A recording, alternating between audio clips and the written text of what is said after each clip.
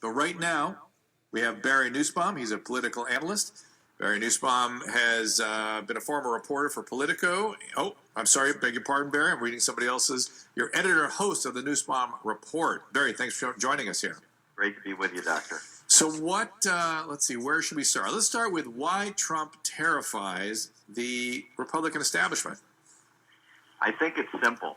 He is so far out of the mainstream control of the party that the GOP, no different than the Dems, are not used to a candidate coming from completely outside the system and making no excuses for being an outsider. He's relishing the fact that no one can tell him what to do, and they're very uncomfortable with it. I have heard other RNC insiders who are a little frustrated with their organization say that the bureaucratic entanglements there are as bad of, or at least a similar sort of representation of what goes on in Washington.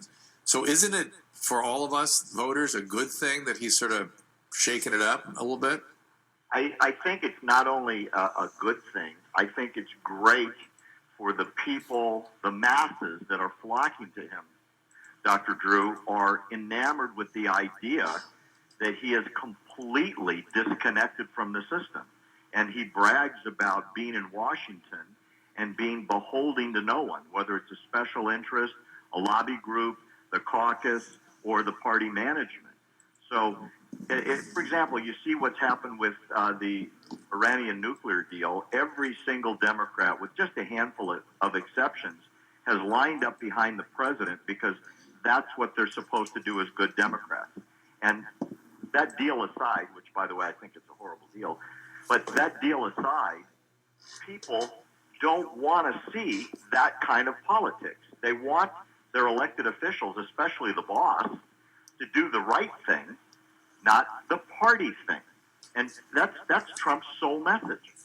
Well, that let me just release one quick thing. That and to me, that's one major issue that sort of is a shadowy factor that's making our government function poorly. The other is special interest in the encumbrance of money. And I don't understand why he's not making more of that, that he has given money to all these guys to get what he wants done, and he is not going to take any money from anybody. That to me is a big deal. Yeah, you know, it's an interesting point you make, because a number of candidates have tried to pin that on him, that say, look, you gave to Hillary, you gave to the DNC, you gave to Bill Clinton, and Trump turns it around, and I think this is a little bit of genius on his part, and he says, I give to everybody. That's what people like me do. And oh, by the way, that system is inherently corrupt, and I'm not going to participate in it when I'm president, because nobody can buy me. He said a little bit in the last debate. He said, you know, I didn't make the system. I'm just using the system. I do what I have to do to get business done. Right. Yeah. He doesn't apologize. He brags about it. You know, Barry, another thing that he brags about quite a bit is his energy and his opponent's lack thereof. And this is a 3-hour debate tonight. They're going to have a potty break. But because it's going to go so long and it's going to be so combative, we think, with the way that CNN has it set up, you know, who do you think is going to benefit? Because, you know, if it is about having an energy, and especially at the end, that last hour, I think is going to be fascinating. What do you make of that, Barry? That's an interesting question. And you're right, it's more of a marathon than a sprint. But what's weird about this format tonight is they're going to be 1-minute segments for 11 people over and over and over again. So I think it's going to be probably harder on the audience than it's going to be on the people participating, because nobody gets to talk for very long in a row. It's going to be quick bursts, like quick jab, jab, jab, I'm done. Then the next guy, jab, jab, counter punch, he's done. Then she comes in, then there's a break. It's going to be tough to watch because there's so much divergence of opinion and a very wide camera angle, and they're really close together. It's going to be craziness to watch this. It's going to be like speed dating. 100% right. Except none of them like each other. So it's speed hating is more like it. Who do you think is going to surprise tonight? You know, I was incredibly impressed with Carly last debate when she was on the second string stage, and she looked so classy, so executive-minded, and so above the other guys. She shot to the moon. Of course, she was coming from zero, but I expect similar from her tonight. I think Trump is not going to surprise anybody. He's going to be exactly what he is. He's loud, he's in your face, he talks over anybody, and God forbid somebody attacks him, he'll eat them for lunch. That's his specialty. I look for Carly to make a move, and I think, if I'm right, this is going to blow in his face. Jeb is under tremendous pressure to become an engaging, aggressive, leader-type personality. I think Trump caught him on the putting people to sleep at his speeches. Yeah. He leans back when he talks. Yeah. He's not a leader. He's not energetic. He's not in your face. It's true, by the way. That's his personality. And he's dropped like a stone in the polls. He's got $100 million in the bank, Dr. Drew, and nobody cares. if he goes backwards any farther, he's going to be on the second stage. Barry, it's a staggering collapse in his campaign. Interesting. Barry, hang on 1 second if you don't mind. Barry Nussbaum, he is the political analyst and editor, host of the Nussbaum Report. We are speaking to him about the upcoming debates tonight.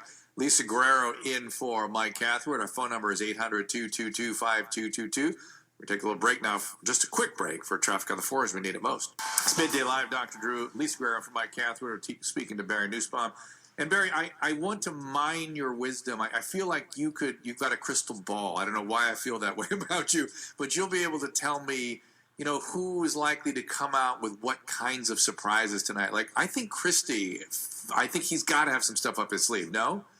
Christie is known in Jersey as a Jersey kind of politician. He's an absolute bulldog. And he's been ignored, Dr. Drew, such that I'm astounded that he's coming from a major state, and as of this morning, he's down to, get this, 2% nationally. Yeah. He's on the fringes of being a footnote in history. He has got to do something loud and aggressive. And the problem all these people have is anybody that gets loud and aggressive and goes after the leader, which is Donald Trump, is going to look desperate tonight. And so the real conflict, as I see it, everybody but Trump has the same question in their mind. Do I pitch my platform in almost microseconds, which obviously you have no time to explain anything, or do I try and get my talking points down to a few seconds and at the same time bash on Trump? And I think if a guy like, as you point out, Christie, who's got a reputation for doing this, when he was in Jersey, he's going to look desperate.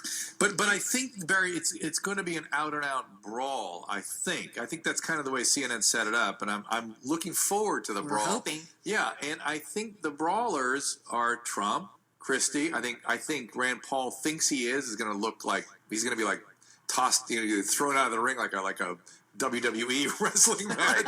You know what I mean? But I think the brawlers, I think Jindal may surprise a little bit. I think Fiorina's Carly's going to come. Fiorina's going to come in with some. She's going to come with some but what she's good going to one-liners.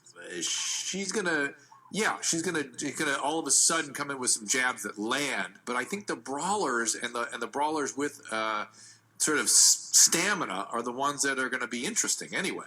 And when you lay it out that way, and I hear Lisa in the background saying the same thing, so I know you guys agree on this.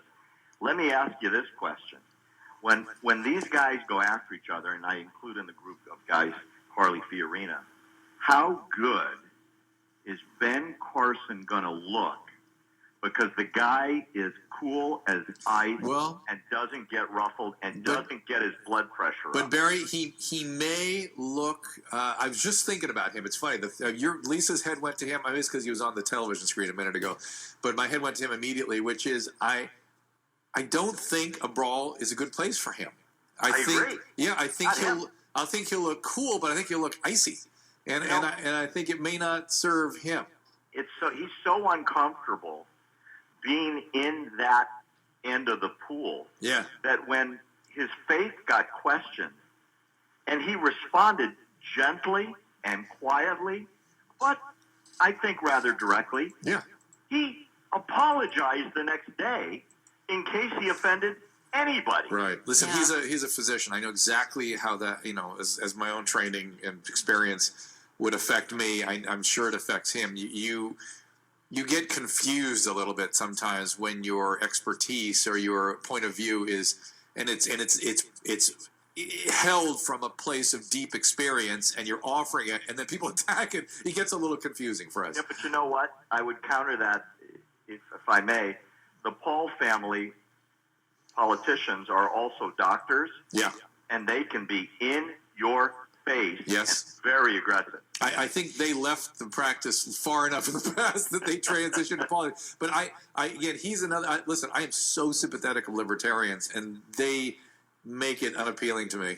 Those guys. They have to attack everybody because everybody is involved in too much government from their point of view. So almost everybody, philosophically, at least from a political science point of view, Dr. Drew is the enemy. Yeah, interesting. So it's hard for them to get along with anybody because they're literally on another planet politically. But in a way, that's what Trump and that's what all the outsiders are, like Carson. They're doing the same thing, but they're doing it in a less shrill way. It seems to me. Well, it's really curious. I've read a number of articles recently about the appeal of Trump, and that's a whole other discussion, is outside the system, and I don't need your money, and I'm a successful guy. And I'm tired of being PC, and I'm speaking my mind, But you know what's curious? A lot of his ideas aren't cheap. Oh, I know. Of course, the immigration is billions and billions concerning. of dollars. Yes, very concerning. Think of the sense. concept, and we can't get into it because it's probably a 4-hour discussion. Yeah. But how do you start deporting millions and millions of people that A, aren't going to volunteer, B, aren't going to go willingly, and C, are everywhere integrated into society? Yeah. And It's impossible. Let me channel my inner Trump. Barry, you're just not a winner. You got to think like a winner. We're going to be winning, and when we win, they're all going to line up and march out of this country because we're winning. Yeah. You know what? Let me just touch on that one point because this. I really got to hand it to Trump on one thing.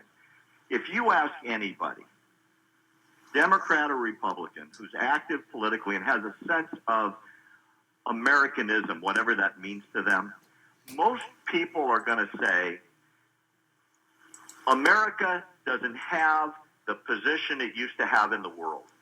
And countries laugh at us, and we make threats, and they're stupid because nobody believes us, and we draw red lines in the sand, and then we forget about them, and so on. I think Trump has hit on the one theme that Reagan made his mantra, that's right. which is, that's right.